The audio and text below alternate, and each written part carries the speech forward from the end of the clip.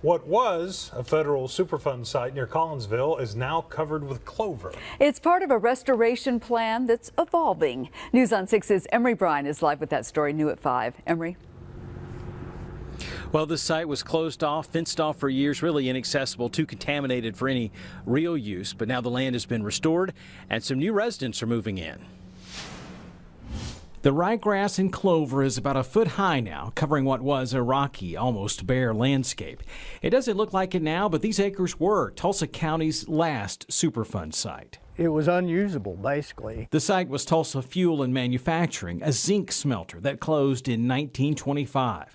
The site was covered with contaminated ore, old buildings, and polluted water.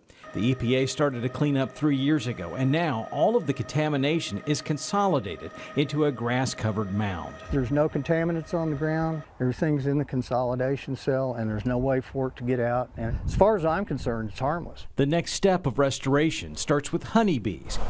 About a dozen colonies are just getting established. We think it's pretty close to perfect. 2 honey companies, Shadow Mountain and Gary Avenue Gold, are working together to stock the property with bees.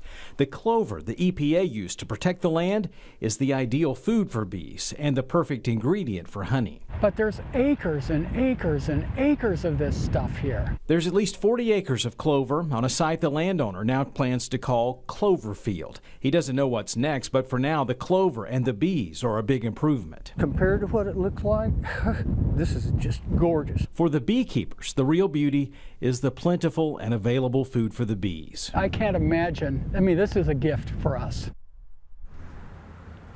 And soon that clover will be blooming, giving the bees all the food that they need.